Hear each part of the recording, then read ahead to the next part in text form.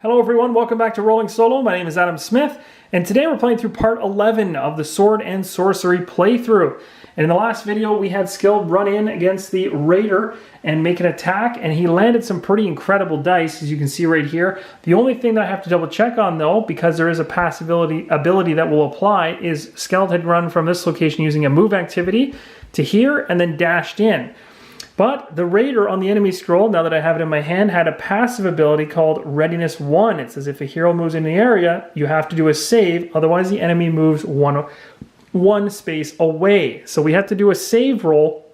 Save rolls for Skeld are a shield, as denoted in the middle there on his hero card. So we got ourselves a shield, so that means that enemy is staying put, and this attack was valid, thank goodness. So what we're going to go ahead and do now is we're going to go ahead and resolve this. We already put our 2 damage on because we got 2 hits plus the automatic hit from the Guardian weapon. The Raider had 1 armor, so we negated 1 of them. So 2 hits came through. We also got the double lightning bolt, which allows us to perform an extra attack with this Guardian weapon, and I absolutely am doing that. So we're going to go ahead and re-roll, not re-roll, we're actually doing another free combat action. We can start chaining attacks together using this amazing Guardian sword that I picked up. So here's hoping that Skeld here can put some damage and maybe we can kill this Raider outright. Guys, we did it. Easily. We got ourselves 3 damage there, plus the 1 that comes off the Guardian weapon itself. -1 for armor is 3. That is 1 dead Raider. And as the rules state, we have to take this individual out of the enemy deck. No longer will this Raider appear. It appeared as part of a story card, but we will be getting the 5 coins. So the 5 coins are going to drop on the ground right next to Skeld, who's gladly going to pick them up. So as the end of his action, he's going to choose to pick those coins up, adding to his collection of money. The Raider is no more, so I'm taking him and throwing him away, and that's awesome. Now we've finished off with Skeld. There's no enemies on the board. That's great. I don't need this enemy scroll anymore. And what I'm going to talk about now, guys, is a little bit of catch-up. A little bit of catch-up from the last video so that everyone understands the fire, okay? Because this could get a little confusing, and I want to make sure I did this correctly. When we had, and this is going to be going back a bit, so just hang with me as we go back in time, a little bit of a time warp. So you remember back in the prior video when the story event put 2 fire tokens here, I had them on side 2, at least as that was the correct state I was supposed to be in when Skeld had run through. Now, what actually is supposed to happen in that situation is, let's say hypothetically, let's put them back like they were. There was supposed to be 2 here. So when Skeld ran through these, he's supposed to acquire 2 of these tokens onto his hero card like I did. In other words, I wasn't supposed to take them off the board. I was just supposed to take 2 that equal the same numbers that he ran through and put them here. And yes, you can have more than 1, so it's nasty. But it came down to a timing thing because in this particular what ends up happening essentially is the fires are whether they're on the board or they're on your hero card, in every time phase, they're always going to go down 1. So essentially in the last video, we put them there in the last video, and then they should be, and actually I think they were even there before that, and they were supposed to be whittled down. So at this point, they'd be down to 1. And so when Skeld had actually run through here, he would have taken 2 single damages, not 2 double damages, if I'm not mistaken. So that would be like this. So essentially what I'm going to try to do, guys, and this is not going to line up 100% because I'm kind of going back in time and redoing this and stuff like that, so I do apologize. And actually how I'm going to play this is regardless of how it was supposed to work, which is what I'm telling you now. So what is supposed to happen, like I said, is these fires that are on the board and the ones that are on the character on every time phase will whittle down by 1. If they're on the board, they just fizzle out after you get to 1 and they hit a time phase, it just goes away. If it was on 2, it would flip to 1. When it's on your character and if it goes from 2 to 1, you take a damage. And then once it goes from 1 to 0, you take another damage and then it's gone. So what I'm going to do, because I deserve this, not because necessarily it's correct, but I'm going to leave the 2 damage that I had on him, but we're going to resolve one of them because technically in the last video I was supposed to take damage for those. So essentially these would have whittled down to 1 and 1, and then these 2 here would have whittled down to 1 and 1, and I would have taken 2 more damage. So Skeld is at 4. Now, oh, sorry, that's 3. Now down to 4. Now, I get it. There's a little bit of confusion there with the numbers. I don't want you guys to worry about it too much because I actually, by taking them off the board and not actually flipping them during the time phase, it made it very confusing to follow. So I really want to apologize for that because I definitely make it easy for you. So what I'm just essentially saying is I'm going to leave the 2 ones right here at the end of this next time phase coming up. They're going to fizzle and disappear. The ones that are on Skeld are going to fizzle and disappear. He'll take 2 more damage. I'm going to suck up that damage as a hit against me for making the mistake. Regardless of what it should or shouldn't be. So just take that with a grain of salt. Because again, I don't want to have to go back and try to correct things anything further. So that's essentially that. That's the fire situation. So just so you know, fires on the board or fires on your hero character, they always tick down the time phase by 1. And of course, if it's on your character, you're taking damage. And then once they're on the board and they go down to 0, they're off the board. Okay, so that's that one. And that's essentially actually the only major thing. So really, we can just keep going now. So now we're going to pick it up right from where we were. We're going to pick it up with Skeld. We finished with him. We used all of his actions. So let's make sure that we have actually used all of his actions because he did his moves, his dash, his attack. He got a really good guardian attack, was able to attack again for free. So that he is done. So we're going to go ahead and flip his bookmark token over. There are no enemies in the game currently, so there's no enemy phase, so that's good. So now the question comes into play as to what to do with, well, it makes sense to choose Samira to go next because there's no enemies in the game right now, so we might as well have her just kind of book it as fast as possible. So I'm going to activate her to go 1, 2, 3. Remember, this is difficult terrain, and then she's going to dash out for 1. So that just kind of slowed her down a little bit, but not too much. So there's her movement and her action spent. She can't do any combat things. She can't open up, pick up, or evade anything right now, so her turn is now done. So we're going to go ahead and flip her bookmark over. Again, no enemies, so nothing to activate. Now we have to make a decision with Onamor as to whether or not he should run through the fire or just wait it out. I mean, if he runs through the fire, yeah, that's, you know, I'm debating whether it's a good idea or not. It might be worth it to just wait. I think it's kind of silly to have him move in here. Although if he did, you know what? I'm not going to do it. I'm going to wait. It'd just be a bad idea. I don't know what's coming in here, and it'd be silly to have 2 characters be burning from fire. So I'm actually going to activate him and just take a look to see if there's anything else I can do that's useful for him, at least for now. So let me just do a quick little glance over of his stuff. Oh, right, the blue relic card. It's a consumable, so if I go ahead and try to use this right now, I could try to buff him up. Wouldn't be a bad idea. I can use my action because I'm not doing anything.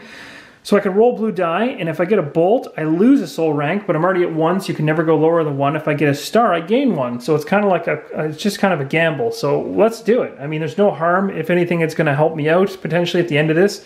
So let's use our blue relic consumable as a action here and hope to succeed. We want to see a star, and we did not get one. We did not get a star.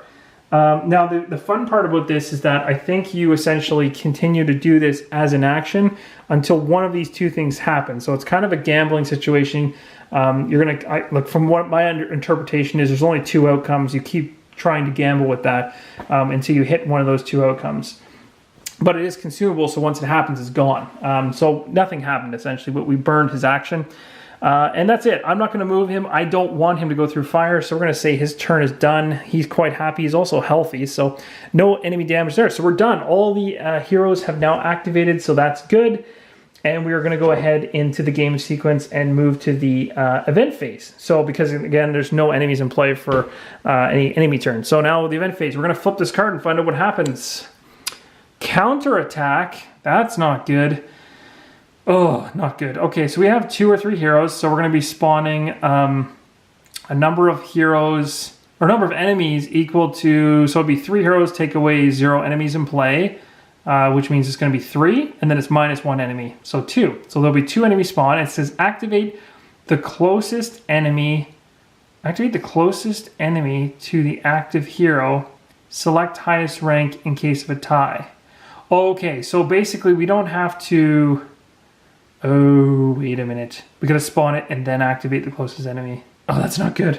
Okay, so essentially what's gonna happen is here we gotta go ahead and pull some cards first. We gotta do the spawning, and the spawning is gonna happen right beside Onamor, so he's gonna be the one that's likely gonna get thrashed here. So let's see what happens. Okay, so we got ourselves a green gremlin. So another green, and he's going to be attached to Onamor. So we have one in play for sure. Let's find out what the next one's going to be. Another green one. Okay, well that's, I mean, it's better than getting, that means there's only blue ones in there, so that's kind of bad too. But essentially 2 green gremlins are coming out, and if they're spawning from the spawn token that's on the board, which is the one that just happens to be right behind him. So they're kind of coming out of the shadows over here, which I guess is daylight now, so not too many shadows. But again, both of these are going to be controlled by Onamor because they're the same rank and same enemy. So one's going to give us a soul gem, one's going to give us coins, and then it says on the card that we're supposed to activate the closest enemy to the hero, select highest rank in case of a tie. Well, at the end of the day, it's going to be the green gremlin that's going to attack us because that's all that's happening. It's a counter attack that we weren't expecting, so we just have to deal with it. So here we go. What are we going to do? Well, we're going to have a attack with claws, or sorry, we're going to have a move to engage and attack with claws because they are 1 space away. So we're going to have one of the gremlins come running in. I'm going to have the one with the soul gem have the, just so that we don't forget, the one that has the soul gem is going to be the one that's holding the stone, just to make it easy. So essentially I'll have him run in first.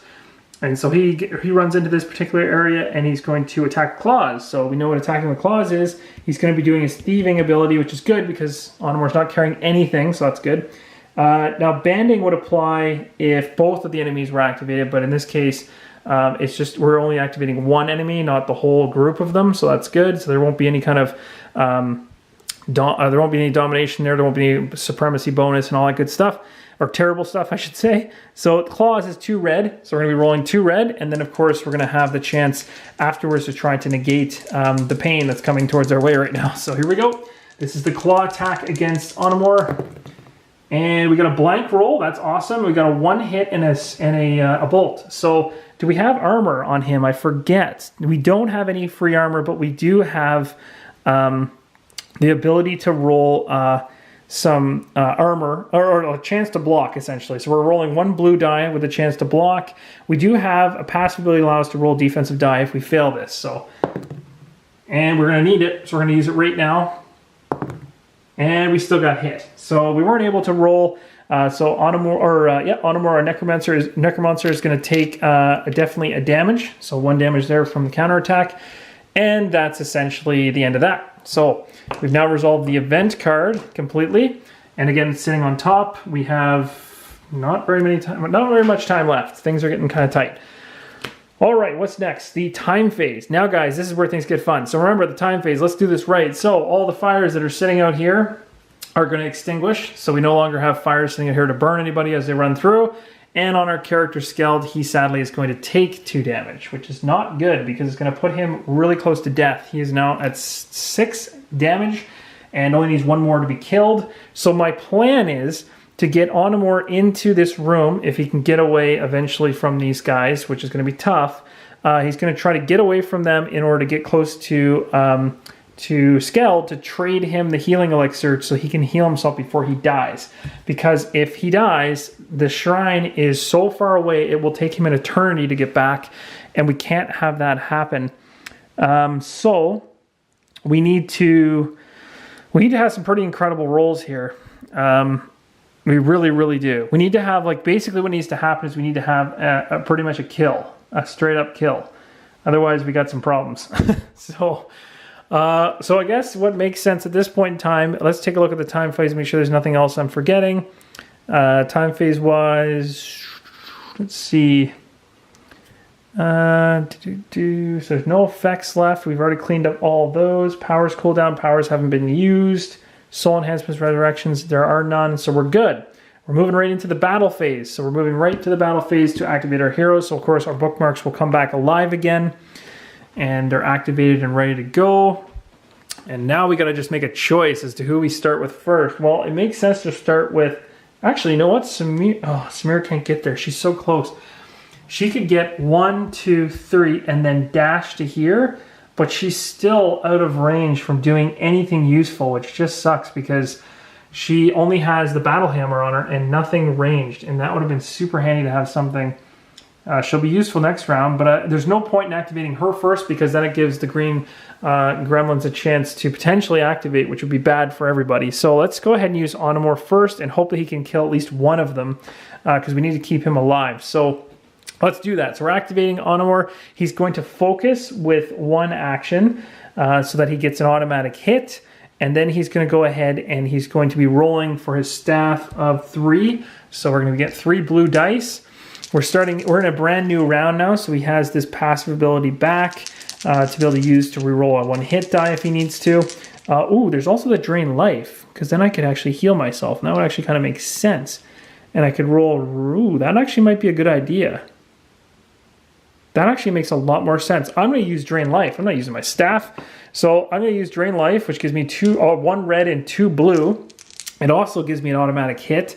Plus I'm focusing, so that's 2 hits already, meaning the chances of killing the gremlins very, very high. Oh, the only bonus with the staff is if I get a bolt, I can do area of effect, which means I can kill. I could get really lucky and be able to kill all of them. Oh, that's a tough call.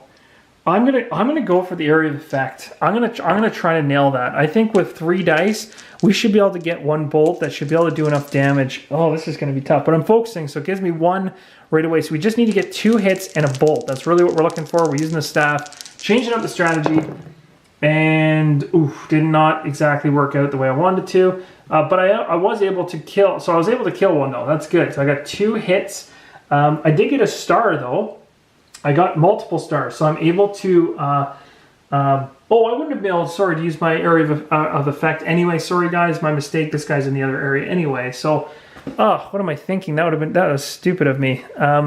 Now in hindsight, I would never have done that. I'm sorry. So because I forgot for some reason that this guy's not in the same space as my current character, I would have never bothered with the staff. So I'm going to change my role. I know I'm going against everything that I've ever done in my life. And I'm going to go ahead and roll the 1 red, 2 blue because this is better for an attack against a single individual and a more guaranteed kill. I thought I could get the AoE attack, but this guy's not even in my area, so I was just losing my mind.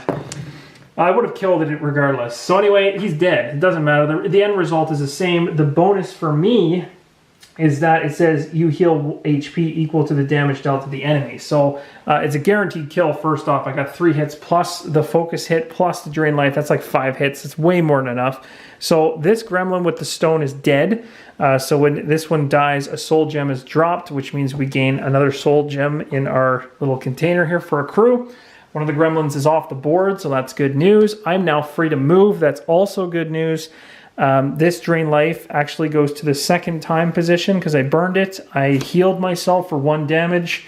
And what else? Oh, of course. And then this card is now discarded. And we are good to go. That was pretty good. That wasn't bad. I'm okay with it. Oh, so yeah, that's pretty much all I can do, I think. Oh. No, there's nothing else. I don't need to use this right now. I did perfectly fine with the roll that I got, so I'm quite happy.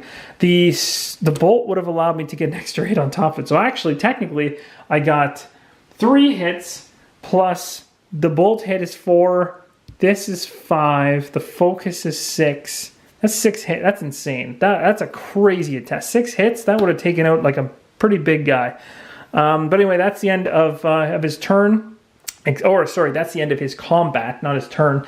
Now what I'm going to do is I'm going to have Onimore get the heck out of here. So he's going to use his movement to go 1, 2, 3 to get in here with Skell because I want to be in a spot where we're not going to get dominated or control, like anything terrible is going to happen. Plus, I remember I need to give this healing elixir next round to Skeld so he doesn't die because that's huge and very, very important. Is there anything else I can do for free? I can pick up and drop an item if not engaged. Oh. Well, if that's the case, I will just drop an item. I'm dropping the heal elixir, so I don't need to trade. I can just straight up drop it on the ground. So I'm dropping the heal elixir on the ground, and on Skeld's turn, he can pick it up. So that's the end. So Onimore's turn is done. I'll flip over the bookmark, and now we're going to activate all enemies. So there is 1 enemy in play, so the enemy is going to get a turn for the enemy turn. So I'm pulling an encounter card.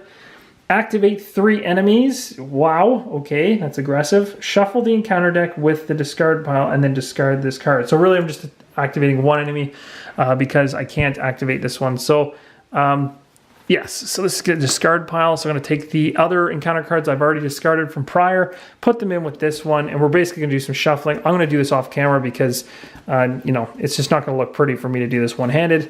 But essentially, I'll do it like that for now. And then this guy's going to activate. So we have our green gremlin. He's coming after someone with coins. So his focus is going to be to go after Skeld. So he's really far away, though.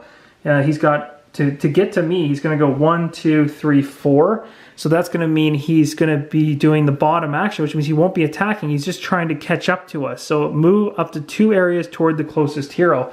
So it's just going to be 1, 2. That's all he's going to do. He actually isn't even in range to throw stones at us, I don't think. Let me just double check this, because it says with 4 he would attack with stone and then move 2 areas. So can he hit me from there?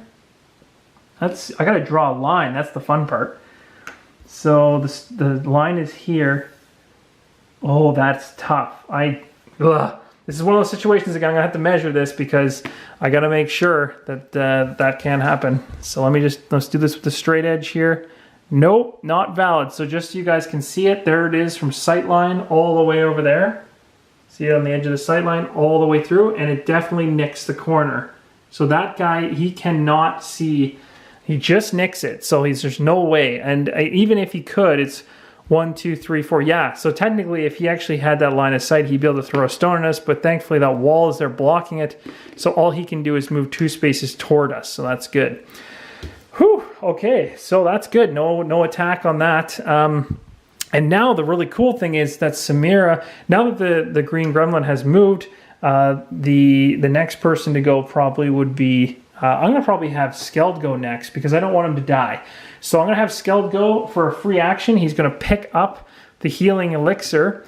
Now he can't carry this in his inventory, so technically he can only carry 1 item in his inventory at a time, but we also know we can pick up and drop items any number at any time. So essentially just assume he dropped the sword and then he consumes this and picks the sword back up. So because I'm not holding anything for longer than a second, so I'm going to go ahead and consume this healing elixir, which is going to heal me for 8 HP. That's a huge card. I'm just going to make sure that this actually focuses so you guys can see it. There you go.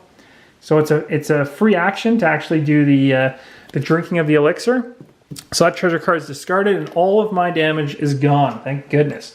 So now we got 2 full-powered enemies ready to go. We have this green gremlin chasing us down. It might be worth our while to kind of turn around and hit him. Skeld could do that. He could waste some time going back and attacking him. I just don't know if it's a worthwhile thing to do. That's the tough part. Yeah, you know what? Let's just try to kill him so that we don't take any damage. I'm just going to have Skeld go back. So he's going to use his movement to go 1, 2 and get in the same area as him. And maybe what I'll do actually is I'm going to leave him here and I'm going to let you guys decide. This is a good place to stop. We've already gone with Onamor. Turn is done. We have 2 more heroes to activate. We've already technically activated Skeld, so we actually are on Skeld right now. He went ahead and picked up the elixir, used it, healed himself. He has a combat activity available, a movement activity available. So I want you guys to let me know what you think I should do. Should I ignore him and head towards the event?